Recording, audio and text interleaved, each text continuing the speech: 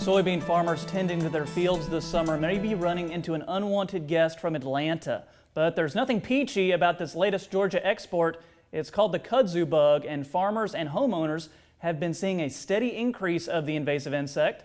Now, new research is being done to understand the pest and keep crop losses at a minimum. For Dr. Angus Catchott, if it has 6 legs, you can bet he knows its thorax like the back of his hand. His latest research has taken him to North Farm on the campus of Mississippi State University to investigate the presence of kudzu bugs. At this soybean plot, he didn't have to look for long.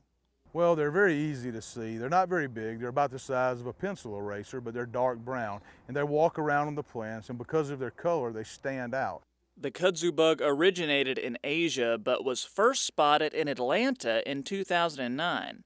Since then, it's spread throughout the East Coast and is advancing through the South. This pest is a hitchhiker. It likes to get on vehicles and crevices, and it'll move with people, and once it finds a place, it'll establish. So the fact that that's where it showed up shows that it likely did come in, possibly on an airplane or some other form of transportation. Stayed in Georgia, started moving through the East Coast. A few years ago, found the first ones in Vicksburg, Mississippi. Well, since then, it's essentially taken off in all the counties in Mississippi and everything east of us, and it's just now really getting established in Arkansas, and it's making its way west. As the name would suggest, kudzu is a primary food source, but certain types of farmers could also be affected. Well, from a row crop standpoint, we're essentially just dealing with soybeans. It feeds on a few legumes. It will also feed on wisteria. So that's another major crop host, of course, kudzu as well. So wisteria, kudzu, and soybeans are the 3 primary hosts. Catchott also cautions homeowners to be on the lookout too.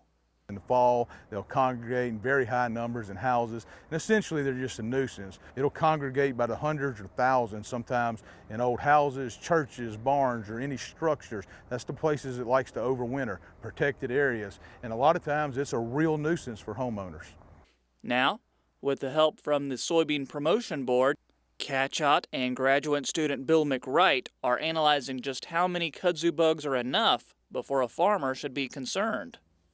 Well, we want to be able, when this is done, to develop a threshold for vegetative soybeans that lets farmers know exactly when they need to spray. That way they're not overspraying or spraying every time they see a kudzu bug in the field. A lot of farmers are getting freaked out because they're so easily to see and just everywhere in the field. Every time they walk, they're flying around and they're wanting to spray every time they see them. And we're trying to prove that, or say that you might not have to do that and save some money. Also, we're leaning on the southeast. They had the pest several years before us, so they've conducted a lot of this work already. One of the things we have found out, though, is it does appear, because our soybeans are grown in a much different fashion in the Mid-South, we plant very early and we plant early maturing varieties. So that's a lot different than in the southeast. Dr. Catchott says he's received lots of calls about kudzu bugs this summer, but he wants to remind folks to be aware of other pests too.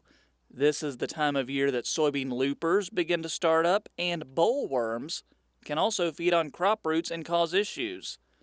But for kudzu bugs, if you're being overrun, your eyes may not be the first thing to let you know. So a bad infestation, oftentimes you can get out of the truck and smell them before you get to them. They have a foul odor, and when they congregate, they have an offensive smell, and you'll sometimes know that before you even see them. So Leighton, Bill McWright, the student you saw in that story, he said before he started his research, he didn't know too much about kudzu bugs at all, but I think it's safe to say he's pretty well versed in the topic now, isn't he? And they're certainly doing some important research on the kudzu bug that will inform farmers about what they need to do and not do. They most certainly are.